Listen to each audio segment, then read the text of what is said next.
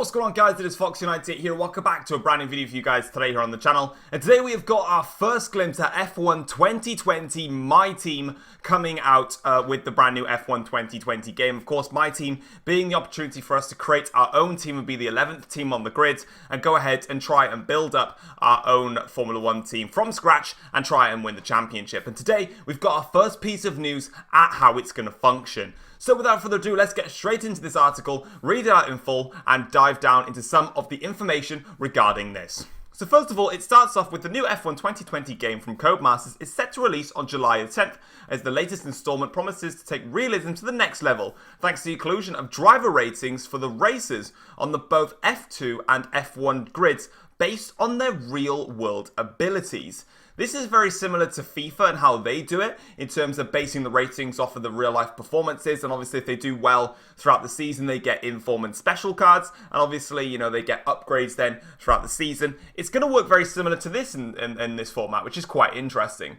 There's already plenty of anticipation for F1 2020 thanks to the inclusion of new tracks Zandvoort and the Hanoi circuit, plus a full 16 classic F1 cars, as well as 4 iconic machines from Michael Schumacher's career in the 2020 Schumacher Deluxe Edition. That's on top of the 10 teams and 20 drivers from the Formula 1 2020 season, plus the F2 drivers and machinery too. But now we can reveal the driver ratings feature that will add realism to the 2020 career modes and the exciting new My Team functionality where players can create their own F1 team and choose the driver who will race alongside them in the game as their teammate. So, how it works is as follows. The drivers, including those in the F2 category, are scored from 1 to 99 across 4 categories: experience, racecraft, awareness and pace, with those scores based on real-world data. The scores the drivers are given will then affect their on-track performances in-game, as well as helping players unlock certain features and technical upgrades.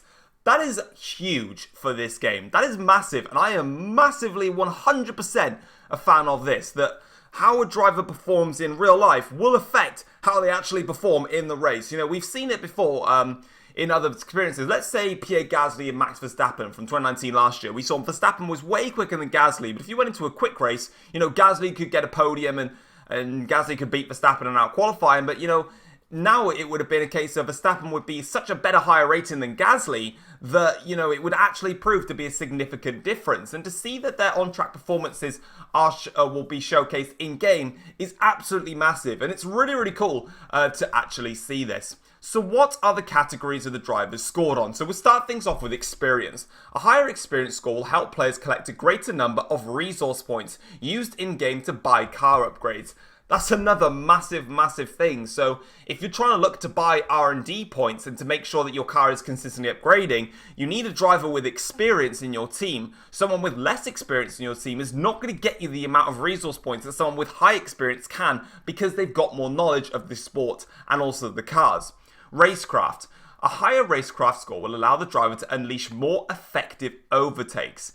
That's cool. That's really, really cool. So if you wanted someone that can try and side their way up the field consistently, get someone with strong racecraft and you're in with a shout. Next up is awareness. A higher score here will mean the driver is less likely to lose control of their car when the going gets tough. That's a really, really strong category as well, that when it starts to get, you know, it starts to change in terms of weather dynamics, if it starts to turn to a wet race, or if it is a wet race and it starts to get dry again, then yeah, I'm all down for that. And then the last one is pace. It's quite simple. The higher the pace score, the more rapid a driver will be throughout the race.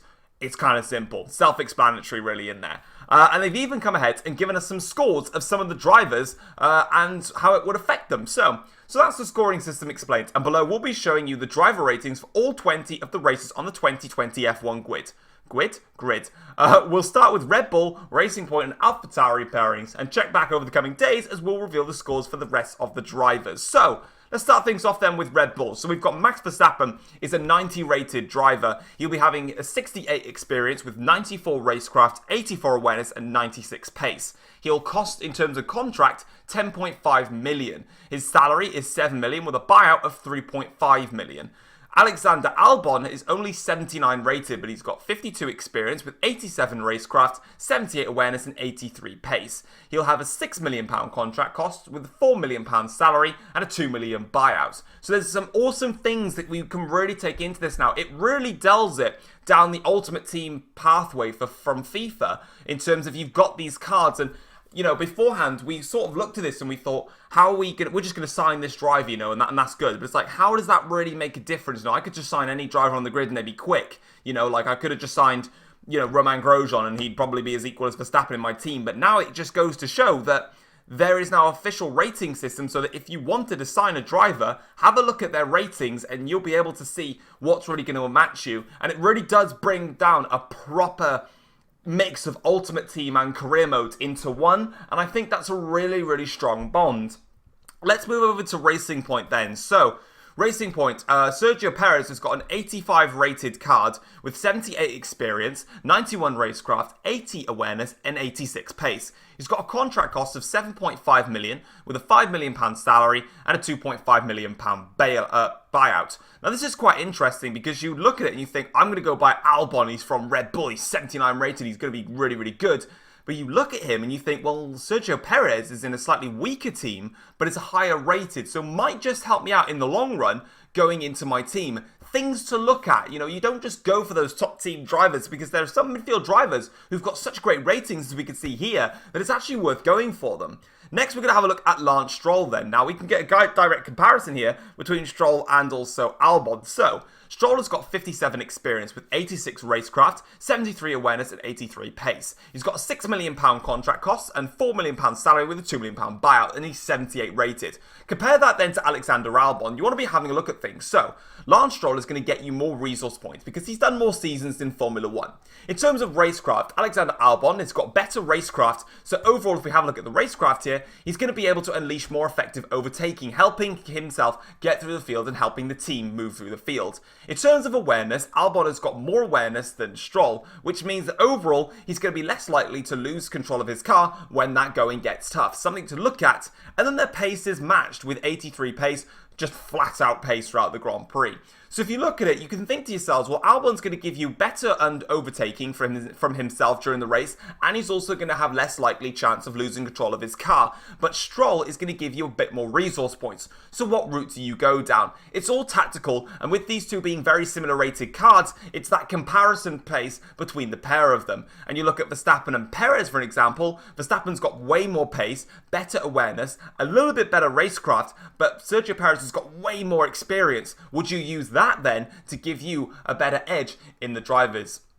And then lastly, we're going to have a look at AlphaTauri, who are both the same rating. So let's have a look at this and compare these two then. So we've got Pierre Gasly, who is £6 million and has got £4 million salary and a £2 million buyout, same as Danny Kvyat. Ratings are both 80 rated. So Gasly has got 53 experience, whereas Kvyat has got 63 experience. More resource points coming in from Danny Kvyat.